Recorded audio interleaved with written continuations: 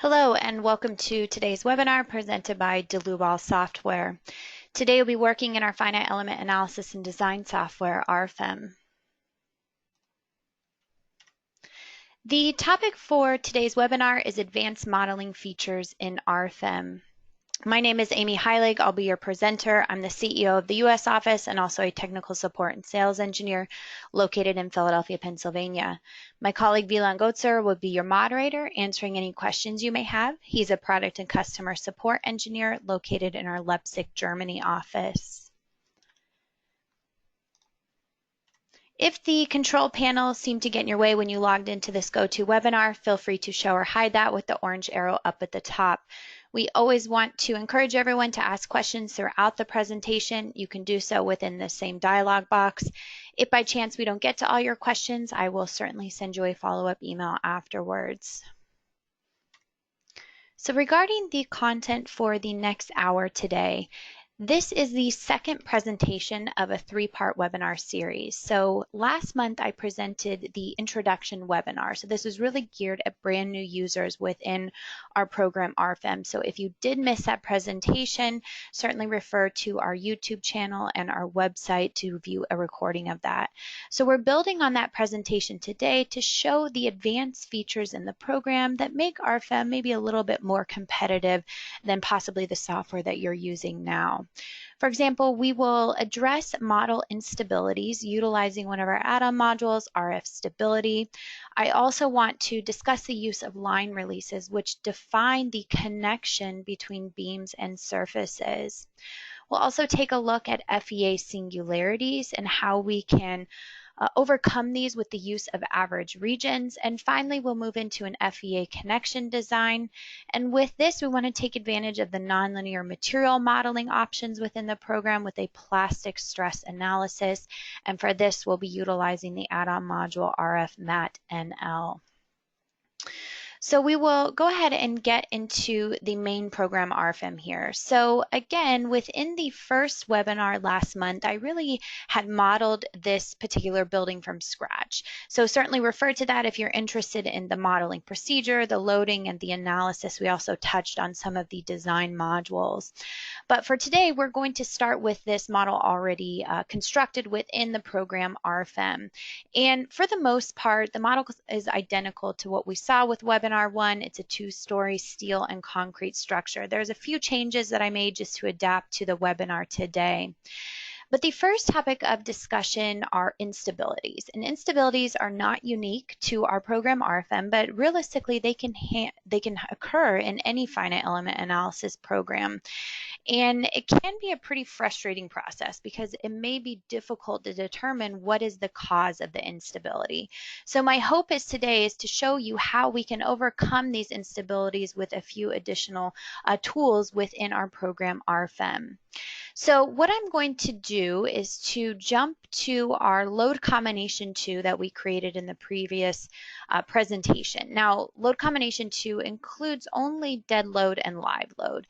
So if we take a look at that applied to the structure, we can see those gravity loads here. And I want to run my analysis within our main program RFEM here. So when I click OK, we're immediately presented with an error message here. And if we go on to read this error message, it says the stiffness matrix is singular, the model is unstable. The instability is found in FE mesh node number 143. So if we drag this dialog box over, we can actually see where the problem may be occurring. Now, this big red arrow is pointing to FE mesh node 143, and oftentimes this is helpful in determining where our instability is occurring, but not always is it exactly at that FE mesh point. But if we continue on reading, we try to give you additional information here to troubleshoot where exactly the problem might lie. The specified load is greater than the critical load. It is possible to calculate the critical load factors and buckling in the add-on module RF stability. So this immediately flags me that this probably isn't a modeling issue, but has more to do with the stability of the structure. And maybe the critical load is being exceeded for one of my members. Well, instabilities can be caused by modeling errors, though, as we know, maybe unconnected members, nodes, lines. Perhaps we have defined support conditions with too many release degrees of freedom. So, in order to troubleshoot instabilities, this is the process that I would take. Number one, I would jump into the load combinations dialog box. And here we can see load combination 2, our 1.2 dead plus 1.6 live. Under the calculation parameters, load combinations are always run according to a second order analysis by default, accounting for big P delta and little P delta effects. Well, I'm going to change this to a geometrically linear analysis. So it's a linear analysis. Our stiffness matrix is going to remain constant for every iteration. Now, the reason why I'm doing this is because I want to rerun this load combination as a linear analysis. If there were any modeling issues, then this load combination would not solve even as a linear analysis. But we can see that the model actually solves just fine when we change it to a linear analysis. So this probably tells me that there's not a modeling issue of members being unconnected, but rather it truly does have to do with the stability of the structure. So what we can take advantage of is one of our add-on modules, RF stability. And as we covered in webinar 1, all of our add-on modules are listed over here in the project navigator, and I can launch RF stability. So as an add-on module, it's just a simple dialog box that pops up within our main program here. Now, we typically associate structural failure with yielding or maybe deflection considerations. And often buckling is ignored, but it still poses a dangerous mode of failure. And there could be software programs out there that really don't allude to if buckling is an issue within your structure. But you can see within the main program RFEM, we give you some insight that, okay, maybe stability does need to be checked out. Well, the advantage of RF stability is that this will run an eigenvalue analysis to determine the critical load factors and the buckling modes. And essentially, we can evaluate the stability of our structure. So the lowest number of eigenvalues is set to 4 here by default. And quite realistically, a low number of eigenvalues will give you a sense of what could be the issue within your model. When you're getting into very high eigenvalues, the likelihood of that particular buckling mode occurring is quite slim. So by default, we can go ahead and leave this as 4 eigenvalues. Now we want to import in here the axial forces from load combination 2. So remember, this is my linear analysis because I changed it, and we'll import in those axial forces. A couple things to note here. You do need to import in a load case or combination that does run back in RFEM. So if I tried to import the original load combination 2 as second order effects, I would get an error in RF stability because it can't solve for these eigenvalues with a load case or combination that doesn't solve within RFEM. We also want to choose a load case or combination with the highest axial forces here to evaluate the stability of our structure. We certainly want to take into account the worst case scenario, which means the highest axial forces to cause buckling within our structure. So that's why I'm choosing one of these gravity loads. Now, there is the option down here with this checkbox to calculate the eigenvector for an unstable model, so the cause of an instability can be checked graphically. So this could be used in the event that we just absolutely could not get the model to solve with any load case or load combination back in RFEM. You'll notice that when I check this box, the load case and combination is grayed out, the eigenvalues are grayed out, and this is simply because this will allow us to run a load independent eigenvalue analysis, and maybe we can determine where the modeling error takes place. Maybe we have a member flying off somewhere because we forgot to connect it. So this can be extremely beneficial, not just for buckling and the stability of our structure, but to determine modeling errors. But for today, we are moving forward with the stability, so we'll uncheck this option. Now, the stability analysis includes a linear buckling analysis by default. Those are the settings over here on the right. We do have the ability to run a nonlinear analysis. So if we have geometric nonlinearities, material nonlinearities, you can check the stability of the structure according to this nonlinear analysis. Just keep in mind it will take a little bit longer to solve here as well. So what we can do is to run the calculation of the eigenvalue analysis, and the program will determine the first 4 buckling modes, and eventually we'll be presented our results here within the add-on module. So the first table here is the critical load factors, and you'll notice that I have 4 results here from my 4 different eigenvalues, and all have about the same critical load factor of 0.58. Well, if I drag this down, I actually can see the different buckling mode shapes of my structure. Now, all critical load factors are the same because it has to deal with these 2 columns here buckling in any direction.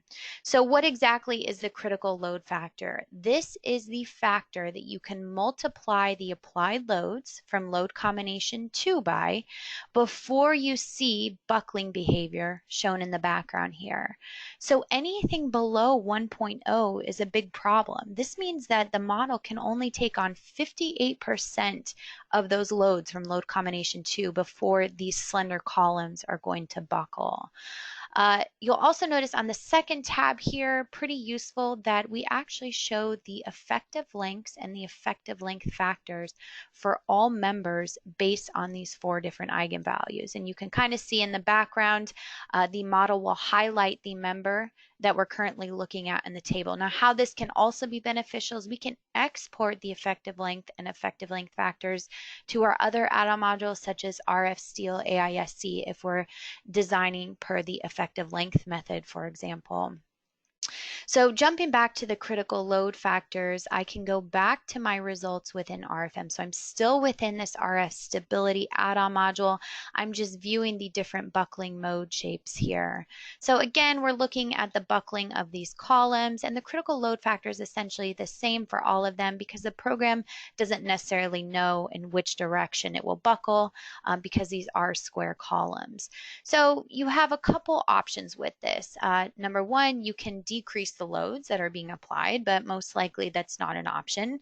So number 2 is just to increase the size of the members. If we take a look, I mean, obviously these middle columns here are pretty slender. So maybe we made a modeling error and we'd actually prefer for these to be 12-inch by 12-inch columns. So what I can do is just to select these 6x6 columns within my cross sections drop down box here, and I can double click on the members. I can use my drop-down box to choose the 12 by 12, which I've already defined in the model with my exterior columns. I can clear my results, and now you can see that the model looks quite a bit better. So to ensure that our model solves okay, we go back to our load combinations, and we take a look at load combination 2 here. We change it back to second order analysis. We click OK, and we're going to rerun the calculation just to make sure that everything solves. And sure enough, we should be presented here with our deflection results, and we are, so everything is fine once we increase the size of those members. All right, so hopefully that gives you some insight on how we can address instabilities within the program. The next thing to move on to is a feature called line releases. So previously in webinar 1, if you remember, we defined these members sitting below our surface as rib members. And if I double click on one of these rib members, you can see the member type was set to rib. Now the benefit of a rib is obviously we're going to drop the member down below the thickness of the surface, so we're going to apply an automatic eccentricity. But we also applied an effective width on either side of the slab of 3 feet. So this is beneficial because now the internal forces, once we run the analysis, will consider this effective width on either side of the beam. But also we can design these T-beams in our concrete design modules to consider for the reinforcement as well. But what if we have the scenario here that these are some type of prefabricated downstand beams, meaning that these beams were precast and they were brought on site, and this slab is actually just sitting on these beam members. I don't want the connection, the fully fixed connection, to be defined along the member length. So what I can do here is to select all of my members by type under my Views tab, and I can choose my rib members only. So now you'll notice everything else is grayed out within the model. I can highlight all of my rib members, double click, and the first thing we want to do is to change these to just typical beam members. But you'll notice once I click OK, it asks me to clear my results once again. These beam members are placed at the center line of the surface. So I've now lost that eccentricity from my rib member. But in reality, I still want them to be dropped below the surface of the slab. So once again, I can highlight all of these members. I can double click, and we can utilize this second tab here to set a member eccentricity. Well, I create a new eccentricity type, and in reality, I could calculate half the depth of my beam, add this to half the thickness of the slab, and to manually type in the eccentricity at the member start and member end. But it's much more effective to use some of these automated options within the program. So the program can actually offset our beam from a set object within the model. I want to take the top point of my beam member and I'm going to offset it from a particular surface. And what I can do is I can graphically select the surface by canceling out my visibility mode. I can choose either the top or bottom surface, and I want to select the underside of that surface. I click OK, and now you can see that eccentricity is considered now. But we still have this fully rigid connection between the beam and the slab that we would like to take care of. Under the Data tab, this is where we want to utilize what's called line releases.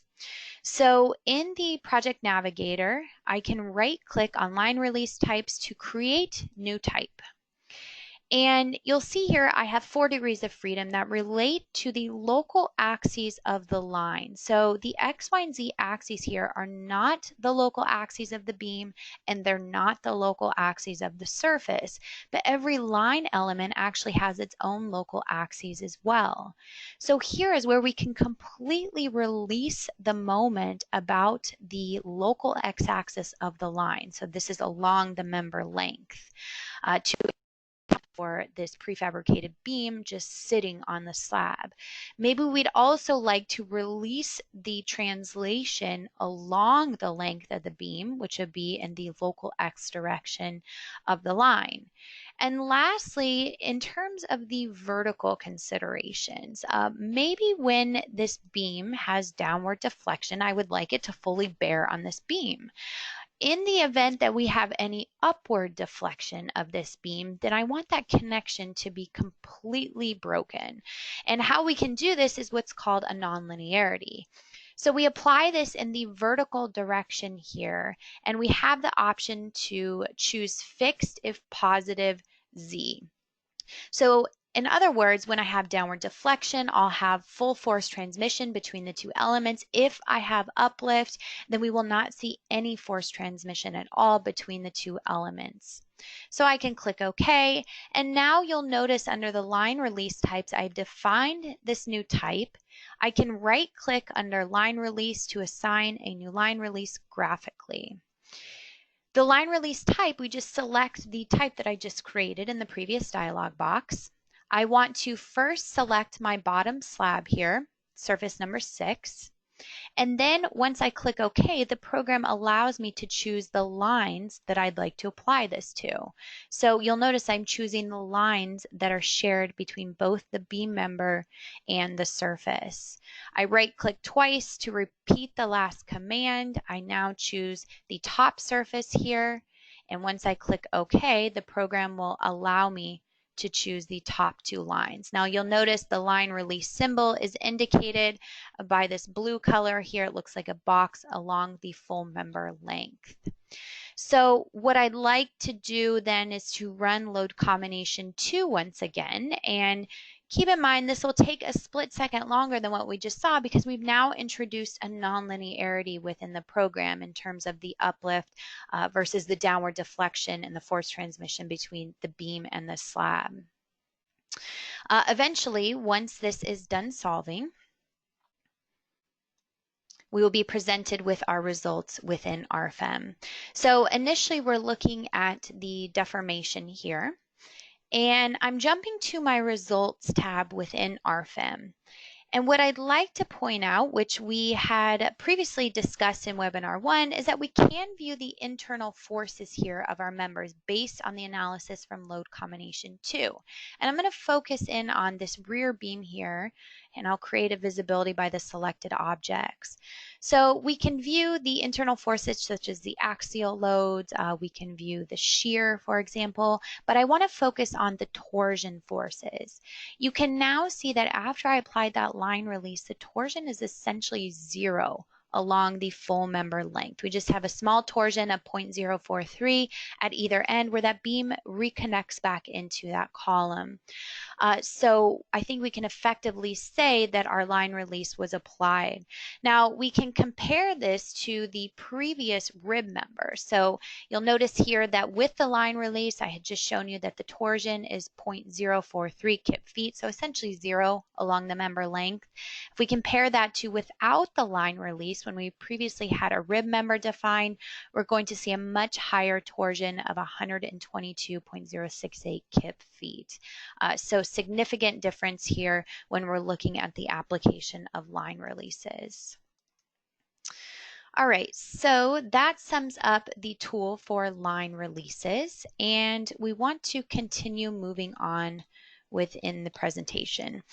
The next thing to take a look at is I'll turn back on my results, and instead of taking a look at the members, let's look at our surface results. So remember, this is still load combination 2 here, and we're currently looking at the internal forces. You can see we have MX forces, MY forces, we can take a look at shear, and these are all available to us within the model with these nice contours.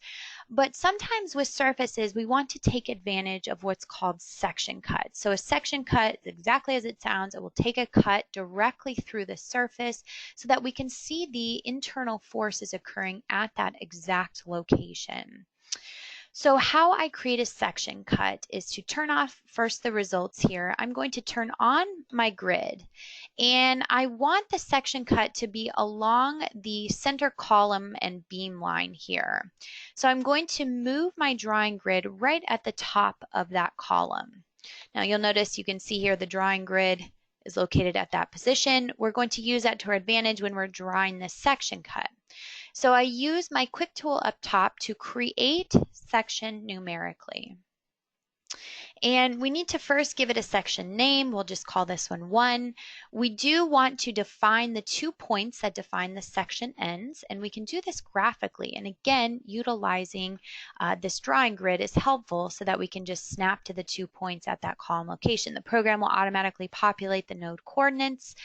We want the projection direction to be in the global Z direction, so the upward direction. We also can show our results in the global Z direction, and we want it applicable only for our top surface number 5 here. So when I click OK, the program automatically brings us into what's called a results diagram.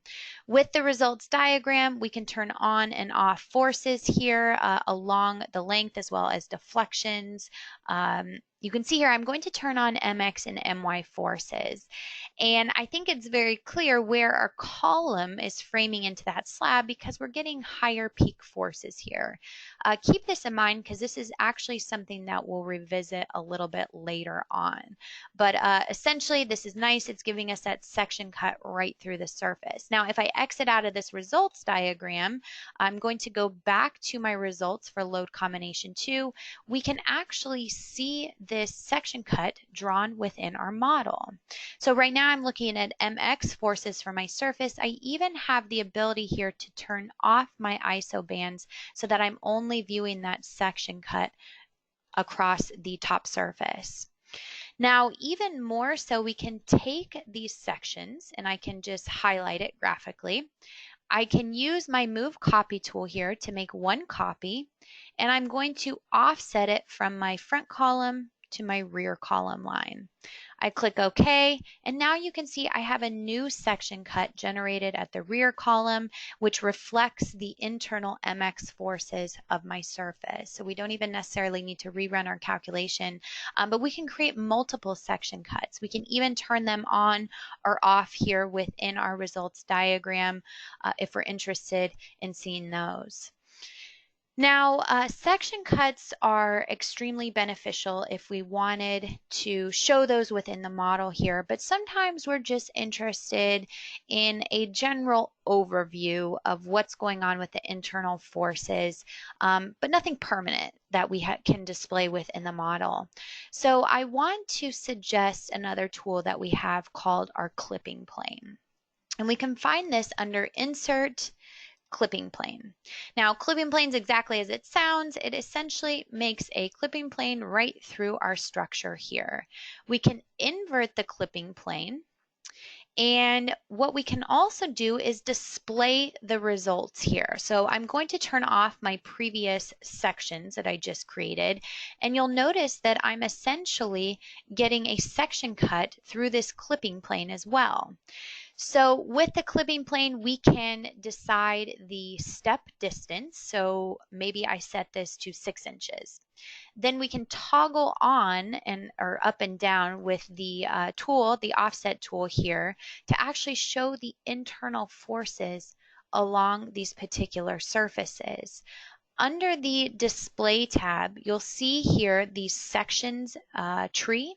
We can turn on all values here as well if we're interested in seeing the internal forces, which right now we're currently looking at the MX forces at that particular clipping plane cut. So you can imagine that this is extremely beneficial if we don't want to sit there and create sections at each individual location, but we're just trying to understand what's going on here. You even have the ability to reverse the clipping plane in any one of the directions shown here, or you can even create your own work plane at an angle. Maybe for this, we change our view to MY forces, and then again, we can toggle with this offset tool to view the internal forces at that particular clipping plane location. But keep in mind, the minute that we exit out of this clipping plane, we lose those result diagrams from those temporary sections. So this is why the permanent sections might be a little bit more beneficial, but the clipping plane is nice if we're just interested to see what's going on for a brief moment. Now, clipping planes can also be used for solid elements. This is where they become extremely effective because we can't necessarily see the internal forces and stresses within a solid element, and that clipping plane will slice right through the solid element to show us exactly what's going on. All right, so moving on now, I want to address what's called singularities. And as I had shown you previously with some of these section cuts here, that we have these high peak forces at our columns. And what I want to do is to jump into one of our add-on modules called RF concrete surfaces. So previously in webinar 1, we touched on reinforcement design for concrete members, but we didn't dive into RF concrete surfaces.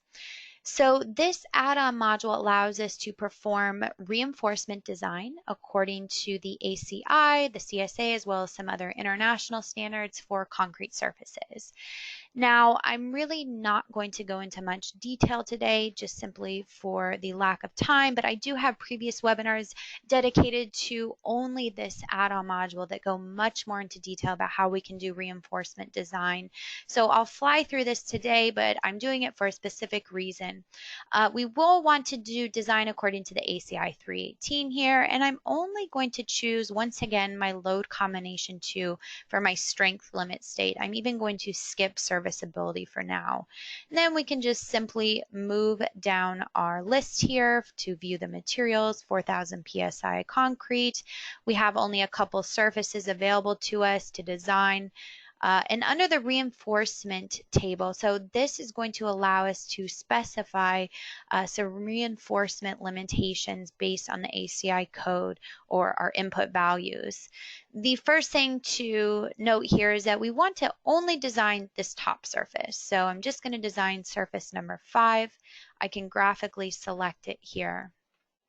So quickly jumping through these other tabs, reinforcement ratios, Reinforcement layout would include the cover, for example. The longitudinal reinforcement, if I had any provided reinforcement, let's say I know I want to put in here at least number 6 is at 12 inches on center. Well, I can input in that reinforcement and the program will let me know if that's adequate or if we need to add more reinforcement. And the ACI 318 tab, this just has some reinforcement minimums according to the standard. We will use this first checkbox here that we want minimum longitudinal reinforcement for plates. So again, just flying through this only because I want to run a quick calculation of this surface to show you that once we are presented with our results, you'll see here quite a bit of red text, and red text is usually never a good thing in a program.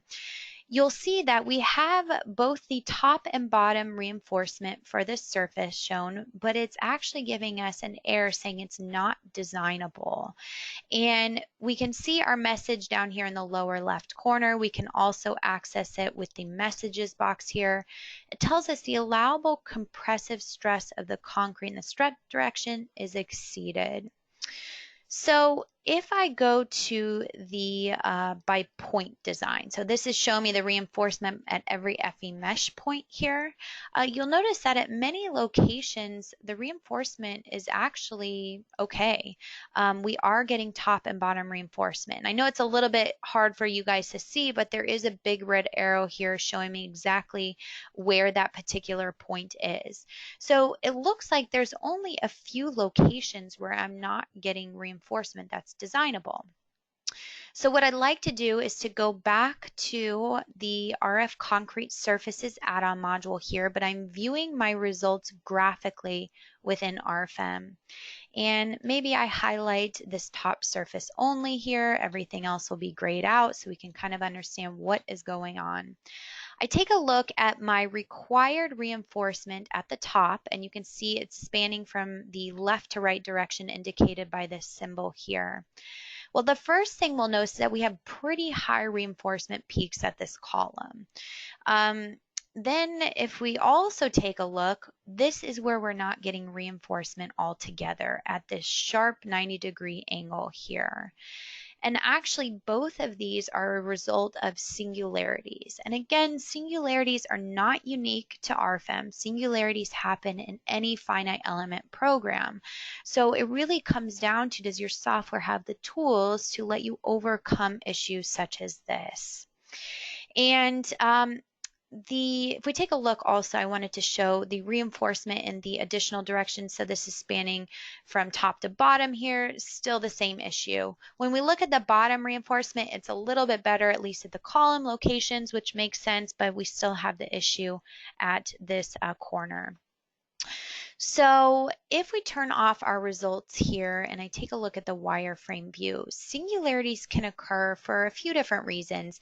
Number one is we have this column framing into my slab element at this tiny little FE mesh point here. And there's actually no load distribution at this location. All forces are occurring at this one single point. So when the program goes to do the reinforcement design, it just sees it's extremely high internal forces at this location, and all it knows is to design the reinforcement accordingly. So what we end up with is entirely too conservative of reinforcement design at these locations.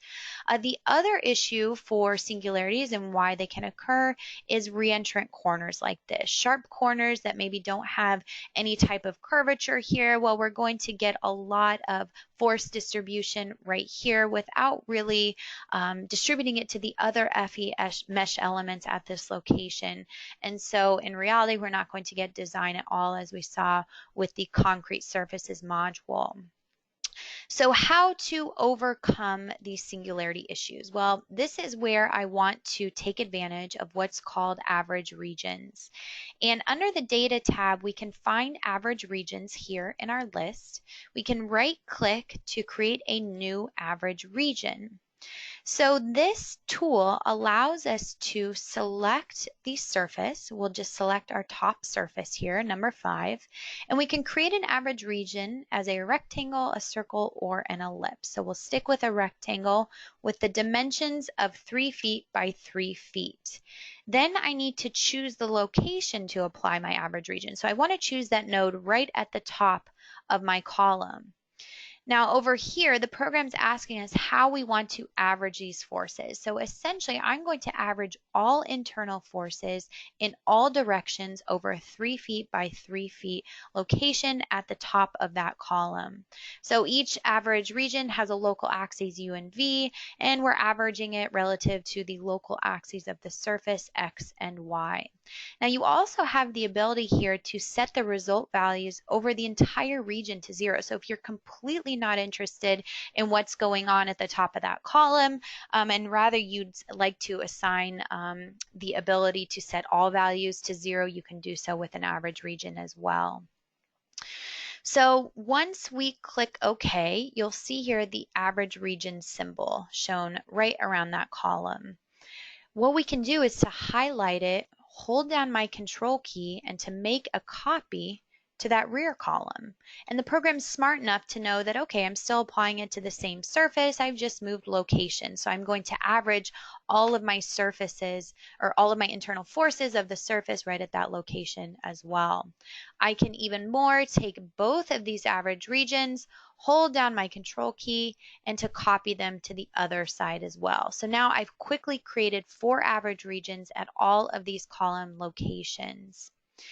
Now we still have the issue up here at this reentrant corner, and we might be wondering, well, okay, how do we deal with the singularity that occurs there?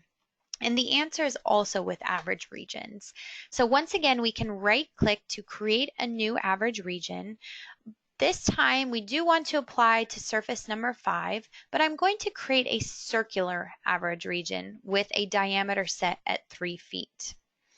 I want to choose my location, which will just be that corner node where the reentrant corner takes place. The program automatically fills the node locations in the X, Y, and Z coordinates. I'm going to average out in all directions. I click OK, and now I can see an average region indicated right there at that corner.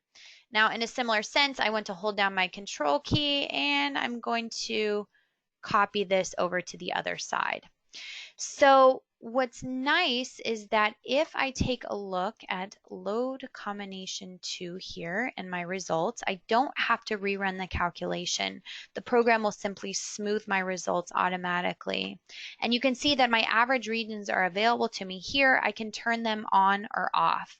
And you'll see, focusing in on this first average region, when I turn it off, that peak exists. When I turn it on, then we're going to smooth out those internal forces. I can also right-click to view my results diagram here, and you will see that with the result diagram, we can turn on only MX and MY. That again, we're going to smooth out those peaks quite a bit. So that's the application of an average region within the main program. But if we go back to RF concrete surfaces and we launch the add-on module, we take a look at our design, we're still seeing this red text. So the question is, well, why aren't these average regions being applied? And the reason why is because this is a two-part or a two-step process with average regions between the main program and the add-on modules. We want you to tell us if you want the program to design considering these average regions or not. And we can do so under the General Data tab. If we go under the Details settings, we have the ability here to apply the average internal forces from the average region. So now the program will consider this for the reinforcement design of this surface. Now, this is also true for some of our other add-on modules. Singularities can be an issue with cross-laminated timber design, for example. So in a similar manner, we have the ability to apply average regions for CLT design. Same thing with our surface steel design module. So once we click OK, we need to rerun our quick calculation here. It solves within a split second.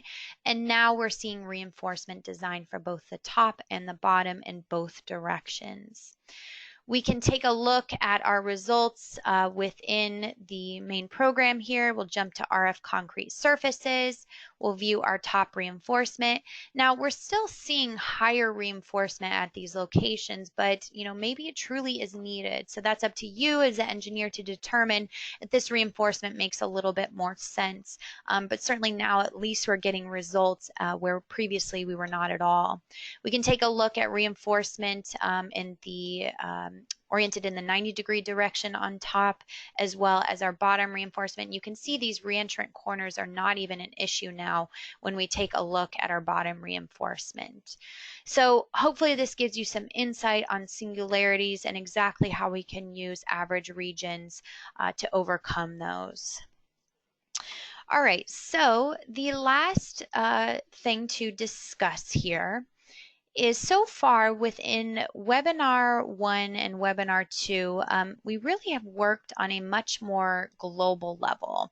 And what I mean by that is we've been designing the entire structure as a whole with these large members and large surfaces. But where RFEM is actually also very powerful is its FEA capabilities on a much more local or smaller scale level. So what I'd like to utilize these powerful features for is for the FEA of a connection design. And I'm going to highlight the steel truss that we created last webinar to create a visibility by the selected objects. I can zoom in here and maybe I right click to turn off the hidden objects in the background. So when it comes to the FEA for a connection, pretty straightforward connections, maybe this isn't so useful, but FEA does come into account when we have very complex connections that we really just can't design with analytical checks from the AISC, for example. We maybe also want to run an FEA when we have extremely large loads on a structure and then we want to move to a plastic analysis and design. So for today, I want to focus on the FEA design of the connection at this single joint here. And I'm going to turn this into wireframe view, and I'll delete this set of members that we previously created. And you'll notice that I have these couple members here. I'm going to hold down my control key to select both of them, right click, and I'm going to reverse the member orientation. So the reason why I did that is I now wanted all members to start at this common node here, which you can see that indicated by the red arrow for each one of these members. So I'm going to highlight all of these members, right click, and under the member option, I have the ability to divide the member by a certain distance. So I can choose this distance here, and I'm going to select 2 feet from the member start. So now when I click OK, all that I have done is broken apart these members into 2 separate segments. Now, if I were to rerun the calculation, the program still treats this as one continuous member. I just simply had broken it apart. And the reason for this is that with every FEA program, we know that members are represented as 1D elements. And this is clear when we're looking at it in wireframe view. These W sections are represented by a single line. So I'm going to take all of these members here, and I'm going to right click. And under the member option, we have the ability to generate surfaces from member.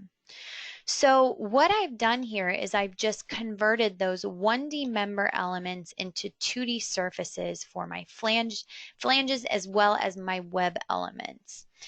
And what this allows us to do, if I turn this into a rendered view, is that we can transition quite nicely from these 1D member elements into these 2D surfaces. But now all of these 2D surfaces are going to be fully meshed, and we're going to be able to run a stress analysis, for example. That's something that would not be possible with these 1D member elements. We need to convert them to surface elements.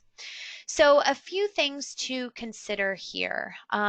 Number one is that we obviously need to clean up this geometry a bit. So if I zoom in, all of the members are still connecting at this common node. Well, the first thing I'll do is to delete the center lines indicated by these blue lines because we no longer need them.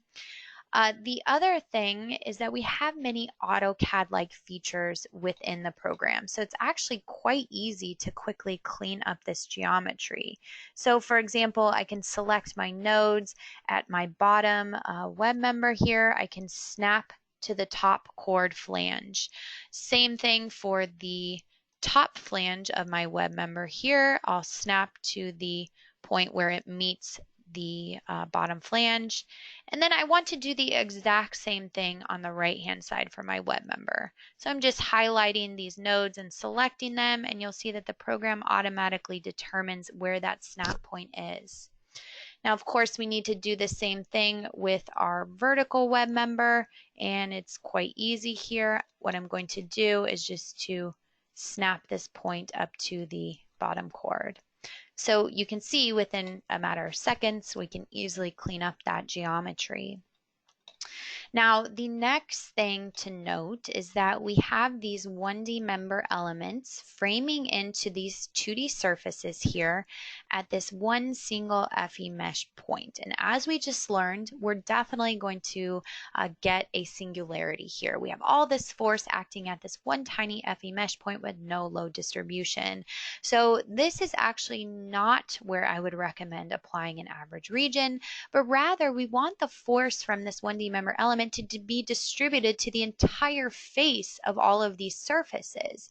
Well, we can do so with what's called a rigid surface or a rigid plate. We can go up here to our tools and we can choose a new surface, and the shape that we'll choose is a polygon. So the polygon stiffness will be set to rigid. You'll notice that when I choose rigid, my material is grayed out, my thickness is grayed out because this doesn't matter. We're using a very, very high stiffness so that any of those properties really don't matter. And what I'm going to do is I'm just going to snap to these 4 endpoints here to create my rigid surface. Now, once I render this, this will be a little bit more clear. But we need to do this at all locations. Otherwise, we're going to deal with the singularity at every one of these locations where the 1D member element is framing in to the 2D surfaces. So we do so on the right-hand side of our structure, and you can see that I had messed that one up a little bit. No problem. We'll choose polygonal surface. It remembers my settings, and we'll choose the 4 points here. And lastly, we want to do the right side. So once we are done applying these surfaces, let's turn this into a rendered view. And now you can see those bright pink surfaces represent the rigid end plates here for load distribution. Now, the other thing to discuss is our FE mesh. So under the calculate FE mesh settings, which we visited in webinar 1, the global FE mesh is set at foot. Well, that's entirely fine for our larger surfaces that we've been looking at so far for levels 1 and level 2. But when we're looking on a much smaller scale, such as this, 1 foot is entirely too big. Well, the program's actually smart enough when we converted these 1D member elements into 2D surfaces to place what's called an FE mesh refinement on each one of the surfaces. So I turned those back on with the FE mesh refinement symbols, which we can view here. What the program automatically did was refine the mesh at every one of these surfaces to 1 inch. So you can see how this is much more effective for a much smaller scale than 1 foot. Now, if we take a look, we actually can generate the FE mesh, and I want to turn it on under my display tab here. We'll turn it back into wireframe view, and you can see that the program automatically accounts for all of the nodes, the lines, the members. Everything is meshed automatically based on that 1 inch setting that the program has put in there. But yet in the background for our larger surfaces, if we take a look at the hidden objects in the back, we will see that the 1 foot is still being used for these larger surfaces. So this is incredibly beneficial because we don't want to change the FE mesh for our larger surfaces to 1 inch. This is going to drastically increase our solution time. So we're isolating it to only these surfaces here. Okay, so turning this back into a rendered view, let me go ahead and hide those objects in the background. I'd like to take a look at my dead load case only. And previously in webinar 1, we applied a member load to our top chord here under dead load, which is shown as such. But let's say in the event we're actually doing this connection design here because we want to apply some pretty large axial loads on these web members bearing down on this bottom chord. So what I need to do is to apply some additional nodal loads to this particular connection. And I can do so by, let's go ahead and apply a new nodal load up here in my toolbar.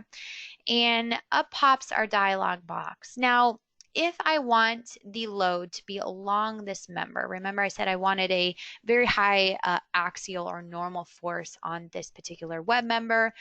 So normally we would think, okay, well, we must have to convert that load into X, Y, and Z components that are compatible with the global axes within RFEM.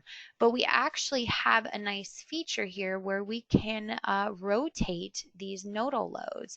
Within this drop-down box, we can choose a coordinate system, we can choose 2 nodes, maybe the same as a member or same as a line. When we choose same as a member, this allows me to graphically choose a one-dimensional member in the background, so member number 81. Then I can apply my force magnitude, which is pretty high at 70 kips, let's say, for example. I click OK. I'm zooming in here. I apply that nodal load to that rigid plate, and now we can see that nodal load is being applied along the member length in that exact same direction. So very nice that we don't necessarily need to convert those into the global X, Y, and Z components, but we can apply them the same orientation as that web. Now, same concept for our vertical web here, but this time with our nodal load, there is no need to rotate it, but rather we can apply it in the global Z direction of negative 70 kips. I click OK. I can zoom in here to the top node for that rigid plate, and we can see that nodal load being applied at that location. And finally, we want to do the exact same thing on the right-hand side, so we choose a new nodal load once again, but this time I need to choose the same as member, but I need to edit the member here, which I can graphically choose member number 82.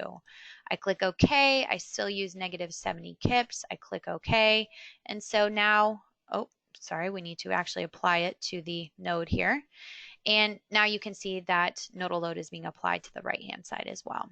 So these are all under the dead load case. So for the sake of this simple example with our FEA connection design, I'm going to run the analysis here according to dead load only. So what the program will do, we'll go ahead and apply these dead loads shown here, including on this connection, and we are presented with our results. So initially, the program is showing us our internal forces, and we can see MX, MY forces, but probably for this connection design, we're more interested in stresses. So stresses are available to us with the add-on module RF Steel. RF Steel releases all of these different stresses within the add-on module, or within the main program RFEM. The add-on module allows us to also run a stress design. But within the main program RFEM here, to look at all these various stresses, we have normal stresses, principal stresses, shear, pretty much any stress that you can think of. But we probably are most interested in the von Mises stresses. And when I turn on the von Mises stresses, I take a look here at my colored contour panel, and I see my max stress is 73 KSI. Well, that's a problem. When we converted these one-dimensional members into 2D surfaces, these 2D surfaces took on all those properties of those W sections, including the correct thickness for the flanges, the webs, everything else. It also took on the material of steel A992. Well, we all know that steel A992 has a yield strength of 50 KSI. So it's absolutely not possible that any one of these FE elements can experience 73 KSI. But you'll notice that for all of these surfaces, if I double click once again to take a look at this material, again brought over just from those one-dimensional elements, the material model by default is set to isotropic linear elastic. So the program only knows what it's set to. It's just an elastic material. It applies a load. The stresses are what they are, even if the yield strength is being exceeded. So what we would like to do is to create a new material for all of these surfaces. So I access the new material dialog box and I go into my material library here, and I'm using my filters over on the left to filter to steel, to the AISC standard, and here we'll find steel A992 again with the applicable properties. Now nothing has changed here so far. But what I do want to change is the material model. So the add-on module RF-MAT-NL releases these nonlinear material models in RFEM. So RF-MAT-NL is not really a module that you can open up with a dialog box. It just simply allows you to consider the rest of these nonlinear material models. And for today, we want to utilize the isotropic plastic 2D, 3D. So this is for surfaces and for solid elements. Now immediately this dialog box pops up that shows us our yield strength, which was taken from steel A992 as 50 KSI. So once we have determined that the yield strength is set properly here, we can click OK. We can click OK once again. So now you'll notice it's asking me to clear my results. If we jump to the data tab here, and now we can take a look at our materials defined, steel A992, which is running a linear elastic material, is still being used for all the rest of these members within the model. I know it's a little bit difficult for you guys to see, but all these members are currently highlighted in red. But if I take a look at my third material I just created, isotropic plastic 2D, 3D, this is being used by only my surface elements at this connection. So now what we can do is to rerun this dead load case. So I'm still applying those high axial forces within my web members. Now this does take a split second longer because we've introduced a nonlinear material model. The program must determine which elements are fully yielding and which are not. So eventually we will be once again presented with our results within RFEM here. And the program will jump us to the von Mises stresses once again, and I can zoom in here and I take a look at my colored panel and I see my stresses as 66 KSI. Well, this is still a problem. Why am I seeing stresses higher than 50 KSI if 50 KSI was set at my yield strength? And there's actually a good reason for this. So currently right now, the program is smoothing together all these values at every FE mesh point to make a nice contour for us. So this is great when we're graphically viewing this. It creates a nice picture for our printout report as well, but it can often skew what our actual results are here just due to that smoothing algorithm. Under the Display tab within RFEM, we can navigate down here to our results tree, and we expand surfaces, and we can also expand here the distribution of internal forces and stresses. The default is continuous within surface, so this will apply that smoothing algorithm. Instead, we're going to change this to constant on element. So now each individual FE mesh element has its own color, and now we're not seeing any stresses higher than 50 KSI, which is exactly what we'd expect with a plastic analysis. The minute that any one of these FE elements reaches the 50 KSI, it yields and the load is further distributed to the adjacent elements, and it continues to do so until the load is fully distributed. What the program also allows us to do on top of viewing the von Mises stresses is we will see a criteria tree here in our results. We can actually take a look at the elements which have fully yielded, or that are very, very close to yielding. So we can turn this on and now we can see the individual FE elements that are really a problem under these high applied loads. We can also view the design ratio. So what this is telling us is this is the demand stress, or von Mises stress, over the yield stress of 50 KSI, and it will output a design ratio here in terms of these colored contours. So this gives us much more insight into what's exactly going on with a nonlinear plastic analysis. Okay, so we will go ahead and conclude today's webinar. As always, that's quite a bit of information, but you can go to our website at dlubal.com to learn more about both the main program RFEM as well as the add-on modules. We also have our web shop available, so we display all of our pricing for the program and these add-on modules directly within the web shop if you're interested to look at those. I always encourage everyone to follow us on our social media sites. You heard me mention our YouTube channel, for example, that has previously recorded webinars. Some of our other channels, Facebook, Instagram, LinkedIn, will go ahead and announce events and conferences that might be taking place, new technical articles, frequently asked questions, and such. If you have any questions about today's presentation or anything else, feel free to contact us in our Philadelphia office at info-us@dlubal.com. And our phone number here is 267-702-2815. So we will have many more upcoming webinars. Webinar 3, a part of this 3-part webinar series, will take place on August 20th. The topic for that is BIM integration and RFEM. So if you haven't already registered, you can go to our website at dlubal.com under support and learning and webinars. As most of you know too, I send out a couple reminder emails before these webinars will take place, so feel free to register through the email reminders as well.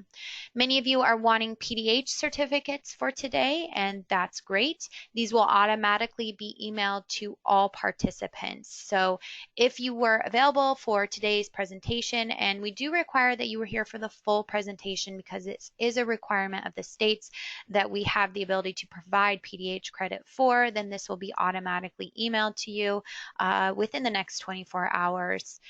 If there was anybody who watched today's webinar that didn't specifically register under their own name and their own email, for example, maybe you had several colleagues watch with you, or you watch under a colleague's registration information, then you will need to request a PDH at info-us@dlubal.com. So again, if you yourself did not register under your own email address and your own name, please request a PDH at info-us@dlubal,